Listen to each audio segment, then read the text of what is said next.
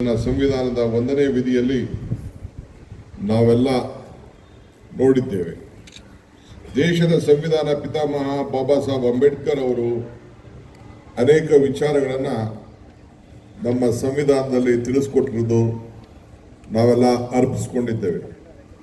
ಅವರು we are Indians firstly and lastly ಎಂಬ ಪದವನ್ನು ಮೂಲಕವಾಗಿ ನಾವು ಭಾರತೀಯರು ಎಂಬ ಒಂದು ಸಾರ್ವಭೌಮತೆಯನ್ನು ಎತ್ತು ಹಿಡಿದಿದ್ದಾರೆ. ಎಲ್ಲರನ್ನೂ ಒಳಗೊಂಡ ಸಮಾಜ ನಿರ್ಮಾಣವೇ ಸಂವಿಧಾನ ಹಾಗೂ ನಮ್ಮ ಸರ್ಕಾರದ ಆಶಯ. ಸಂವಿಧಾನವೇ ನಮ್ಮ ಧರ್ಮ. ಸಂವಿಧಾನದ ಆಶಯವನ್ನು ಸಾಕಾರಗೊಳಿಸುವುದು ನಮ್ಮ ರಾಜ್ಯ ಧರ್ಮ. ನಮ್ಮ ದೇಶದ ಗಣತಂತ್ರದ ವ್ಯವಸ್ಥೆ ಪವಿತ್ರವಾದ ಸಂವಿಧಾನವೇ ಅಧಿಪತಿ. ಅದಕ್ಕೆ ಈಗಾಗಲೇ ಉಸಿರಾಡಲು ಗಾಳಿ ಬೇಕು. ನಮ್ಮ ದೇಶಕ್ಕೆ ನಡೆಸೋಕ್ಕೆ ಸಂವಿಧಾನ ಬೇಕು. ಸಂವಿಧಾನವೇ ನಮ್ಮ ಪ್ರಜಾಪ್ರಭುತ್ವ ಆತ್ಮ. ಸಂವಿಧಾನವೇ ನಮ್ಮ ದೇಶದ ಆಸ್ತಿ. ಇವನ್ಯಾರವ ಎನ್ನುವ ಭೇದ ಭಾವ ಅಳಿಸಿ ಇವ ನಮ್ಮವ ಎನ್ನುವ ಭಾವನೆ ಮೂಡಿಸುವುದೇ ನಮ್ಮ ಸಂವಿಧಾನದ ಆಶಯ ಆಗಿದೆ. ಸಂವಿಧಾನ ಆರ್ಟಿಕಲ್ 14 ಮತ್ತು 18ರಲ್ಲಿ ಸಮಾನತೆ ಬಗ್ಗೆ ಹೇಳುತ್ತದೆ. ಇದರ ಜೊತೆಗೆ ಫ್ರೀಡಮ್ ಆಫ್ ಸ್ಪೀಚ್ ಮತ್ತು ಶಿಕ್ಷಣ ಹಕ್ಕಿನ ಬಗ್ಗೆ ಕೂಡ ಪ್ರತಿಯಲ್ಲೂ ಕೂಡ ವಿವರಿಸಲಾಗಿದೆ. ಇದು ಉದಾಹರಣೆಗೆ ಮಾತ್ರ ಸಂವಿಧಾನ ಪ್ರತಿ ಪುಟದಲ್ಲಿ ಜನಪರ ಆಚಾರಗಳು ವಿಚಾರಗಳು ಇವೆ. ಜಾತಿ, ಧರ್ಮ, ಸಂಪತ್ತು, ಅಧಿಕಾರ ಯಾವುದೂ ಇಲ್ಲಿ ಲೆಕ್ಕಕ್ಕೆ ಬರುವುದಿಲ್ಲ. ಕಾನೂನು ಮುಂದೆ ಎಲ್ಲರೂ ಕೂಡ ಒಂದೇ ಎಂದು ಸಂವಿಧಾನ ಹೇಳುತ್ತದೆ. 75 ವರ್ಷಗಳ ಹಿಂದೆ ಬಡತನ, ಅನಕ್ಷರತೆ, ಹಸಿವು ಸಮಸ್ಯೆಗಳು ದೇಶದ ಬಹಳಷ್ಟು ಕಾಡುತ್ತಿತ್ತು. ಆದರೆ ಈಗ ಚಿತ್ರಣ ಸಂಪೂರ್ಣ ಬದಲಾಗಿದೆ. ನಮ್ಮ ಪಕ್ಷ ಹಾಗೂ ನಮ್ಮ ಸರ್ಕಾರ ಜಾತಿ ಧರ್ಮ ಭೇದವಿಲ್ಲದೆ ಸಂಪತ್ತು, ಅವಕಾಶಗಳು ಮತ್ತು ಅಧಿಕಾರಗಳ ಸರ್ವರಿಗೂ ಸಮಪಾಲು ಕಲ್ಪಿಸಿದೆ. ಹಿಂದೆ ನಮ್ಮ ಕಾಡುತ್ತಿದ್ದ ಎಲ್ಲ ಸಮಸ್ಯೆಗಳು ಮೆಟ್ಟಿ ನಿಲ್ಲುವ ತಾಕತ್ತು ಈಗ ನಾವೆಲ್ಲ ಹೊಂದಿದ್ದೇವೆ. ವಿಶ್ವ ಮಟ್ಟದಲ್ಲಿ ಭಾರತದ ವರ್ಚಸ್ಸನ್ನು ಎತ್ತರಕ್ಕೆ ತೆಗೆದುಕೊಂಡು ಹೋಗುತ್ತಿದ್ದೇವೆ. ಇವೆಲ್ಲವೂ ಸಾಧ್ಯವಾಗಿದ್ದು ಸಂವಿಧಾನ ಆಶಯಗಳ ಸಮರ್ಪಕ ಜಾರಿಯಾಗಿದೆ.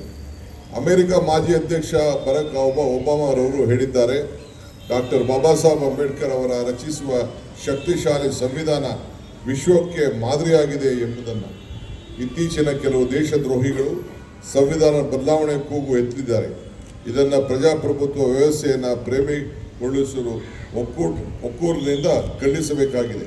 ಇದಕ್ಕೆ ನಾನು ಧ್ವನಿಗೂಡಿಸುತ್ತಿದ್ದೇನೆ. ದೇಶದ ಇತಿಹಾಸದಲ್ಲೇ ಮೊಟ್ಟ ಮೊದಲ ಬಾರಿಗೆ ಇಂಡಿಯಾ ಒಕ್ಕೂಟದ ಎಲ್ಲ ಸಂಸತ್ ಸದಸ್ಯರು ಅನೇಕ ನಮ್ಮ ನಾಯಕರುಗಳು ಸಂವಿಧಾನದ ಪ್ರತಿ ಹಿಡಿದು ಪ್ರಮಾಣ ವಚನ ಮಾಡಿದ್ದು ನಾವೆಲ್ಲ ಗಮನಿಸಿದ್ದೇವೆ.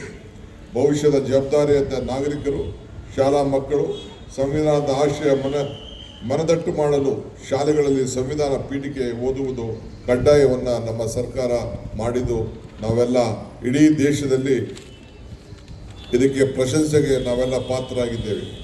ಈ ಮೂಲಕ ಸಂವಿಧಾನದ ಆಶಯ ಮಕ್ಕಳಿಗೆ ಬಾಲ್ಯದಲ್ಲೇ ಪರಿಚಯ ಮಾಡುವ ಗುರಿ ಈ ನಮ್ಮ ಸರ್ಕಾರದ್ದು.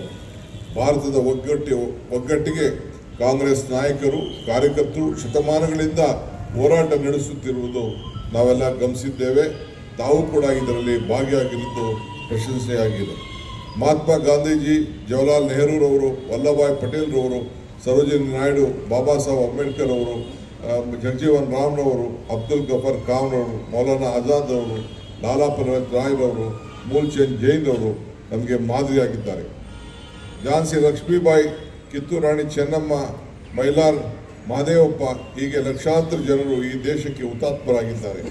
ಸೋನಿಯಾ ಗಾಂಧಿಯವರು, ಮನಮೋಹನ್ ಸಿಂಗ್ ಅವರ ನೇತೃತ್ವದಲ್ಲಿ ಜಾರಿಗೆ ತಂದ ಮಹಾತ್ಮ ಗಾಂಧೀಜಿ ಅವರ ಆಶಯದಂಥ ನರೇಗಾ ಯೋಜನೆ ಉಳಿಸಲು ಈಗಾಗಲೇ ನಮ್ಮ ACC ಅಧ್ಯಕ್ಷರಾದಂಥ ಮಲ್ಲಿಕಾರ್ಜುನ್ ಖರ್ಗೆ ಅವರು ಮತ್ತು ರಾಹುಲ್ ಗಾಂಧಿ ಅವರು ಇಂದಿಗೂ ಹೋರಾಟವನ್ನು ಮಾಡ್ತಿರೋದು ತಾವೆಲ್ಲ ಗಮನಿಸಿದ್ದೀರಿ. ಇದು ಸಂವಿಧಾನದ ಉಳಿಸುವ ಸಲುವಾಗಿಯೇ ಕನ್ಯಾಕುಮಾರಿಯಿಂದ ಕಾಶ್ಮೀರವರೆಗೂ ಭಾರತದ ಜೋಡೋ ಯಾತ್ರೆಯನ್ನು ಹೆಜ್ಜೆ ಹಾಕಿದಂಥ ಹೆಚ್ಚಿನ ವಿಡಿಯೋಗಳಿಗೆ ಪ್ರತಿಧ್ವನಿ ಯೂಟ್ಯೂಬ್ ಚಾನೆಲ್ ಸಬ್ಸ್ಕ್ರೈಬ್ ಮಾಡಿ, ಬೆಲ್ ಐಕಾನ್ ಕ್ಲಿಕ್ ಮಾಡಿ.